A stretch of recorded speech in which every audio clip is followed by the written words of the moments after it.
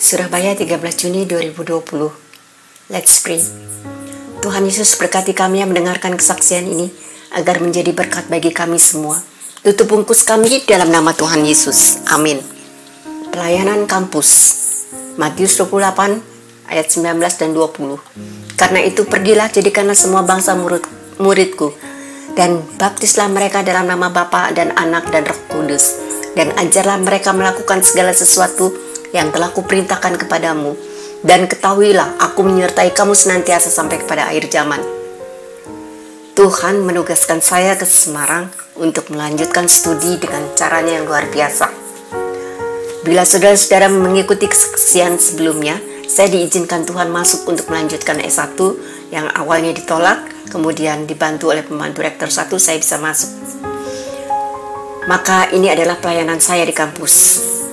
Sebenarnya mengapa dengan keberadaan saya yang tidak membawa apa-apa untuk meneruskan kuliah dan hanya berbekal saat itu uang sebesar Rp17.500 saja, berani meneruskan kuliah? Karena saya dengar-dengaran akan Tuhan dan ada dorongan di hati saya bahwa saya harus berhasil. Sejak tingkat 1, saya bekerja untuk membiayai kehidupan saya pribadi dan untuk keperluan kuliah.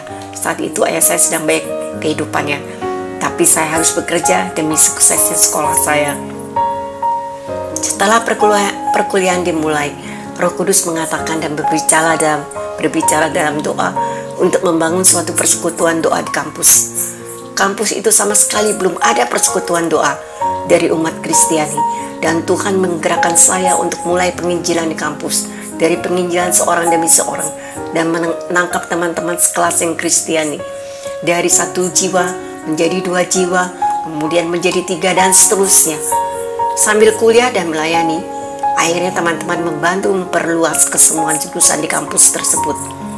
Yang tadinya tidak ada persekutuan doa, saat itu dari tidak ada persekutuan doa menjadi ada, dan diberi tempat di salah satu aula di kampus. Padahal awalnya hanya di taman, hanya di kelas yang kecil, kemudian di warung, di kantin, semua jiwa-jiwa itu ditangkap, dan akhirnya kami diberi satu aula di kampus setiap hari Jumat.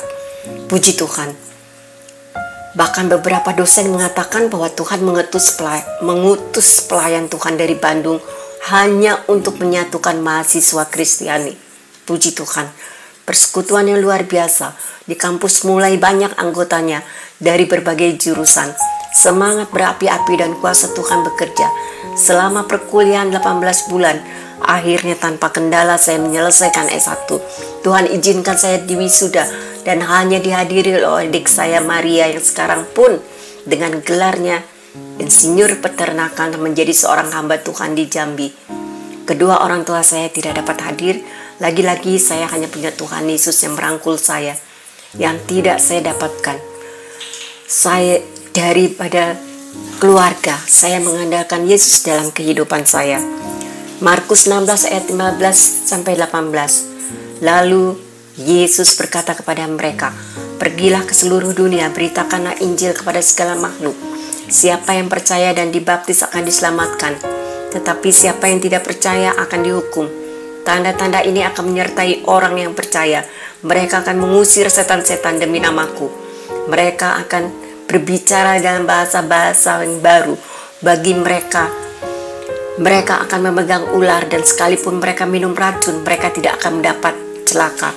Mereka akan meletakkan tangannya di atas orang sakit, dan orang itu akan sembuh." Firman ini yang membangkitkan semangat saya melayani dimanapun saya berada.